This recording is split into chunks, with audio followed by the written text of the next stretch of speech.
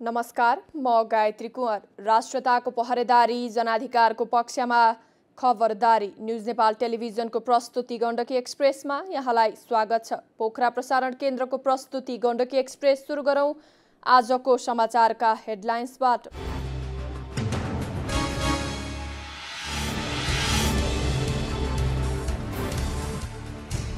विश्वका घुम्नै पर्ने 23 गन्तव्य सूचीमा गण्डकी प्रदेशको मुस्ताङ उपत्यका परेको CNN द्वारा सार्वजनिक। गण्डकी प्रदेश पर्यटनमा अग्रणी।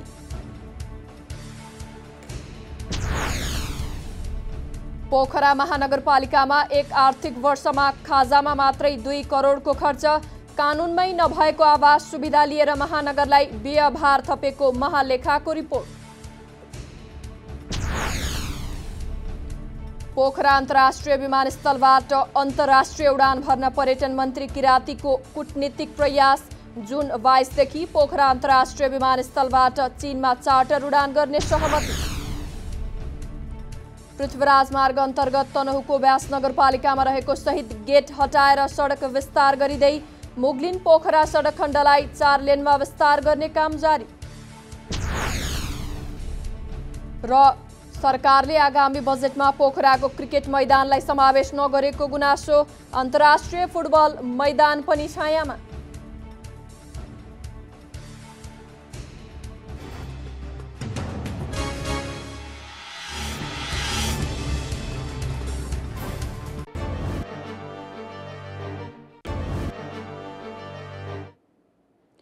अब गण्डकी एक्सप्रेस विस्तारमा सुरु गरौं गण्डकी प्रदेशका विश्व प्रसिद्ध गन्तव्य प्रसङ्गबाट।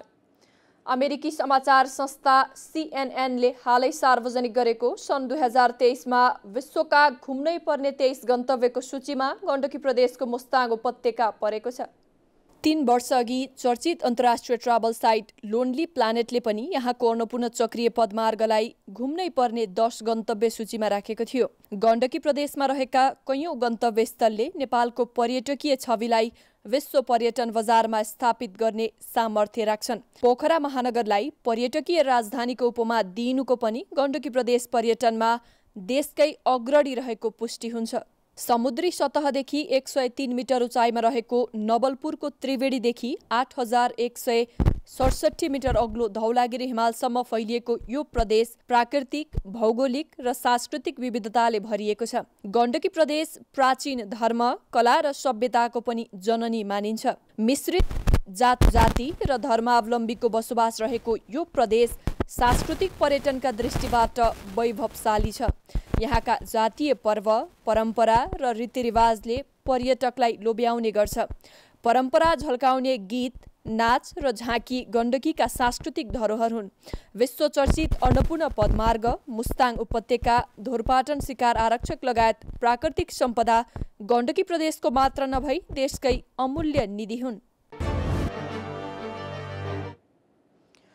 पोखरा महानगरपालिकाले एक आर्थिक वर्षमा खाना र खाजा खर्चमा मात्रै करिब 2.5 करोड सकेको पाइएको छ। महानगर तथा महानगर अन्तर्गतका कार्यालयले अघिल्लो आर्थिक वर्षमा 2 करोड 39,13,000 रुपैयाँ खाना खाजामा खर्च गरेको महालेखा परीक्षकले औल्याएको छ।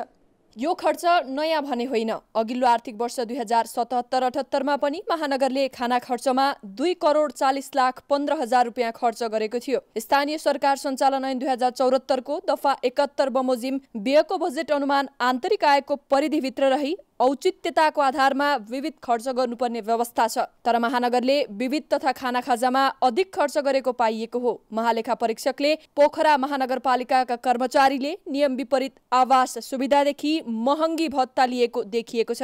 कानुनमै नभएको आवास सुविधा लिएर कर्मचारीले महानगरलाई व्ययभार थपेको महालेखाले औल्याएको हो। कर्मचारीहरूको व्यक्तिगत प्रयोजनका लागि आवासको सुविधा उपलब्ध गराउने सङ्घ, प्रदेश र स्थानीय तहमा कुनै कानुनी व्यवस्था छैन। पोखरा महानगरका केही कर्मचारीले आर्थिक वर्ष 2078-79मा आवास सुविधा लिएको र उक्त आवास प्रयोग बापतको रकम निज कर्मचारीलाई नभई घर धनीलाई सिधै भुक्तानी हुने गरेको महालेखाको प्रतिवेदनले देखाएको हो। कर्मचारीको आवास सुविधा बापत 10,11,047 रुपियाँ भुक्तानी भएको छ। कानूनमा व्यवस्था नभएको आवास सुविधा लिँदा पालिकालाई थप व्यवहार पर्ने यस्तो कार्यमा नियन्त्रण गर्नुपर्ने महालेखा परीक्षकले औल्याएको छ। महानगरमा करारमा कार्यरत कर्मचारीलाई नियम विपरीत महँगी भत्ता दिएको पाइएको छ। पर्यटन मन्त्री सुदन किरातीले पोखरा अन्तर्राष्ट्रिय विमानस्थलबाट अन्तर्राष्ट्रिय उडान भर्न कूटनीतिक प्रयास भइरहेको बताउनु भएको छ। विमानस्थलबाट अन्तर्राष्ट्रिय उडान नहुँदा पर्यटन व्यवसायमा निराशा छाएको भन्दै भारत र चीनका विभिन्न शहरबाट उडान भर्न प्रयास भइराखेको उहाँले बताउनु भएको छ। मन्त्री किरातीले यही जुन 22 गतेदेखि पोखरा अन्तर्राष्ट्रिय विमानस्थलबाट चीनमा चार्टर उडान गर्ने सहमति भएको बताउनु भयो। विमानस्थललाई व्यावसायिक रूपमा सञ्चालन गर्न पोखरा चीन सिधा उडान प्रस्थान बिन्दु बन्ने उहाँले दावी गर्नु भएको छ।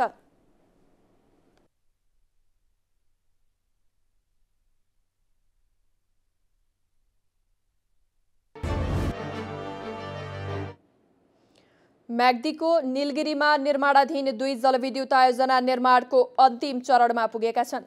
जिल्लाको अन्नपूर्ण गाउँपालिका 4 नार्च्याङ स्थित नीलगिरी खोलामा 110 मेगावाट क्षमताका 2 जलविद्युत आयोजना निर्माणको 80% काम सकिएपछि अन्तिम चरणमा प्रवेश गरेका हुन्।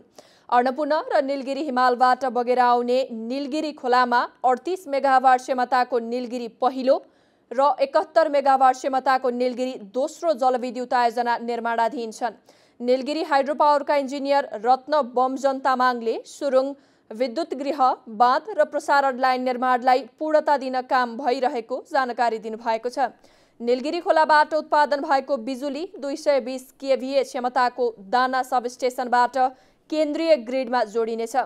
छोटेपा दोबिल्ला हुँदै साना सबस्टेसन जोड्ने 8.5 किलोमिटर दूरीको 220 केभी क्षमताको प्रसारण लाइन निर्माणका लागि 24 मध्ये 23 टावर निर्माण गरी तार तान्ने काम सकिएको छ।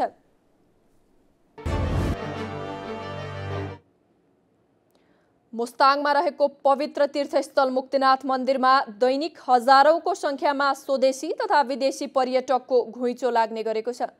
नेपाल, भारत तथा हिन्दू धर्मावलम्बीहरूको वासस्थान रहेका अधिकांश मुलुकका साथै बुद्ध धर्म मान्ने भक्तजन मुक्तिनाथ मन्दिरमा दर्शन गर्न आउने गरेको बताइन्छ। नेपालको हरेक भूभागबाट दर्शनार्थी दर्शनका लागि मन्दिरसम्म आइपुग्ने गरेको मुक्तिनाथ क्षेत्र विकास कोषका सचिव रविन सुवेदीले बताउनु भयो। मन्दिरमा दर्शनका लागि नेपालका हरेक जिल्लाका नागरिकहरू आउने गरेको उहाँको भनाइ छ।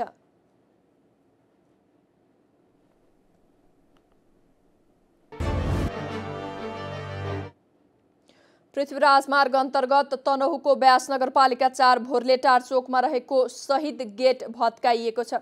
पृथ्वीराज मार्ग विस्तारका लागि शहीद गेट भत्काइएको हो।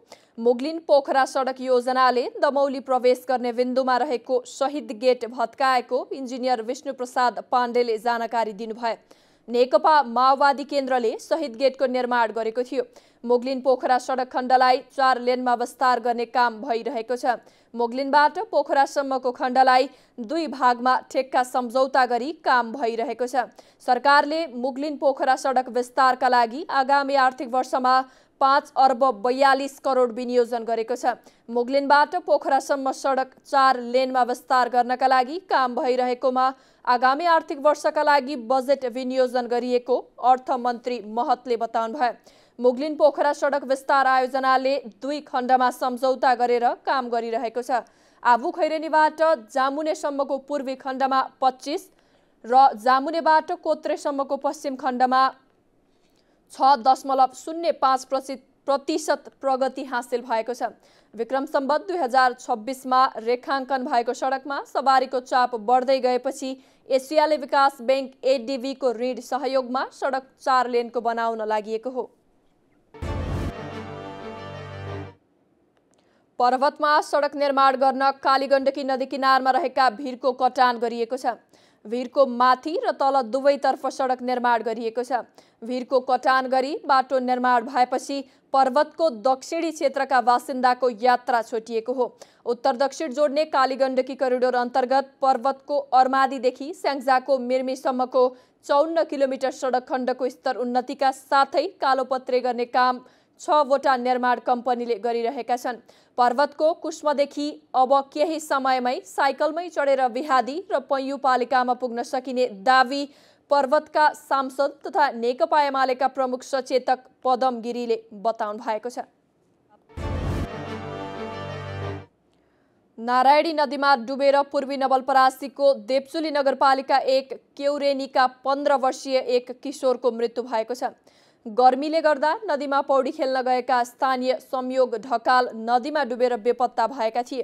सोमबार बेपत्ता भएका ढकाल मंगलबार बिहान मृत अवस्थामा फेला परेको जिल्ला प्रहरी कार्यालय पूर्वी नवलपरासीका सूचना अधिकारी डीएसपी सन्तोष पाठकले बताउनु भएको छ। जिल्लामा गर्मी बढेसँगै नारायणी नदी र खहरे खोलामा पौडी खेल्न जाने सर्वसाधारणको भिड लाग्ने गरेको छ। तर सावधानी नअपनाउँदा वर्षेनी सर्वसाधारणले ज्यान गुमाउने गरेका छन्।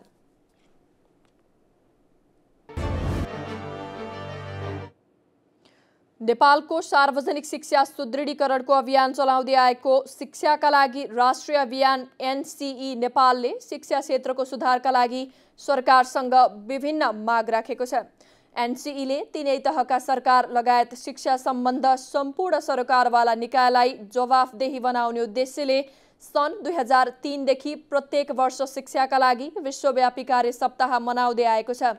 यस वर्ष पनि शैक्षिक सुधारका लागि सरकारले गर्नुपर्ने कामबारे जानकारी गराइएको संस्थानका केन्द्रीय अध्यक्ष राजेन्द्र पहाडीले बताउनुभयो।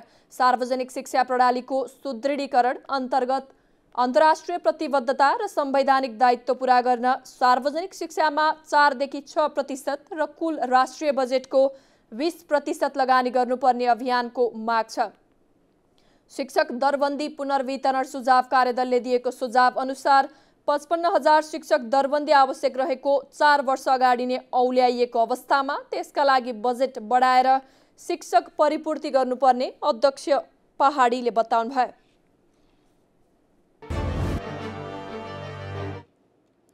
सरकारले आर्थिक वर्ष 2080-81 को बजेट विनियोजन गरेको छ। सरकारले बजेटका प्राथमिकताका विभिन्न 10 क्षेत्र राखे पनि खेलकुदलाई भने समेटेको छैन। सरकारले कृषि, ऊर्जा, पर्यटन, औद्योगिक, सामाजिक, भौतिक, वातावरण, वित्तीय सेवा लगायतका विषयलाई प्राथमिकतामा राखेपछि खेलकुद भने प्राथमिकतामा पर्न सकेको छैन। सरकारले काठमाडौँलाई केन्द्रमा राख्दै अन्तर्राष्ट्रिय रङ्गशालालाई बजेटको व्यवस्था गरे पनि पोखरामा निर्माण भएको अन्तर्राष्ट्रिय फुटबल रङ्गशालाका लागि भने कुनै बजेट विनियोजन गरेको छैन।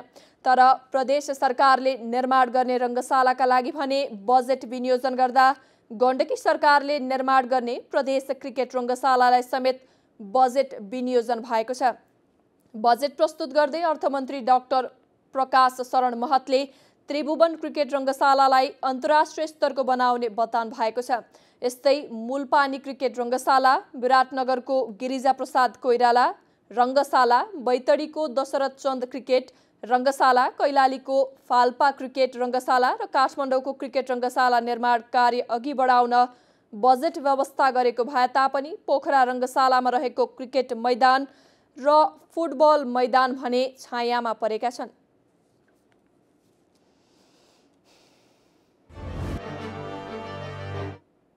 मंगलबार नेपाली बजारमा सुनको मूल्य एकै दिन प्रतितोला 2400 रुपैयाँले बढेको छ। नेपाल सुनचाँदी व्यवसाय महासङ्घका अनुसार छापावाल सुन प्रतितोला 1,10,500 रुपैयाँ र तेजाबी सुन प्रतितोला 1,09,950 रुपैयाँमा कारोबार भइरहेको छ। त्यसैगरी मंगलबार चाँदीको मूल्य पनि बढेको छ। चाँदी प्रतितोला 1,375 रुपैयाँमा कारोबार भइरहेको छ।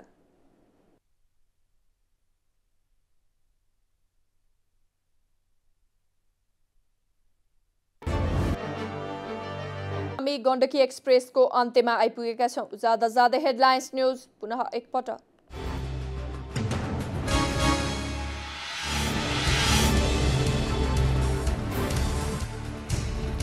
विश्वका घुम्नै पर्ने 23 गन्तव्य सूचीमा गण्डकी प्रदेशको मुस्ताङ उपत्यका परेको CNN द्वारा सार्वजनिक। गण्डकी प्रदेश पर्यटनमा अग्रणी।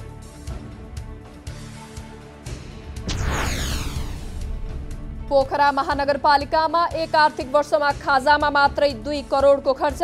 कानुनमै नभएको आवास सुविधा लिएर महानगरलाई व्ययभार थपेको महालेखाको रिपोर्ट। पोखरा अन्तर्राष्ट्रिय विमानस्थलबाट अन्तर्राष्ट्रिय उडान भर्न पर्यटन मन्त्री किरातीको कूटनीतिक प्रयास। जुन 22 देखि पोखरा अन्तर्राष्ट्रिय विमानस्थलबाट चीनमा चार्टर उडान गर्ने सहमति।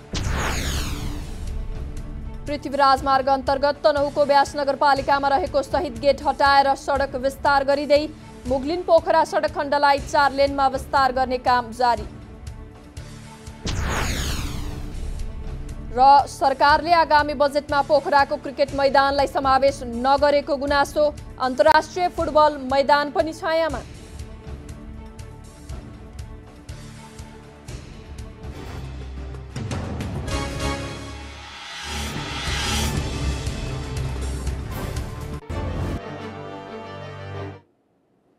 दर्शकवृन्द, न्युज नेपाल टेलिभिजनमा गण्डकी प्रदेशको प्रस्तुति गण्डकी एक्सप्रेस आजलाई यति नै। हाम्रा प्रसारणहरू युट्युब, ट्विटर, फेसबुक र इन्स्टाग्राममा समेत हेर्न सक्नुहुनेछ। राष्ट्रियताको पहरेदारी, जनाधिकारको पक्षमा खबरदारी हेर्दै रहनुहोला न्युज नेपाल टेलिभिजन। नमस्कार।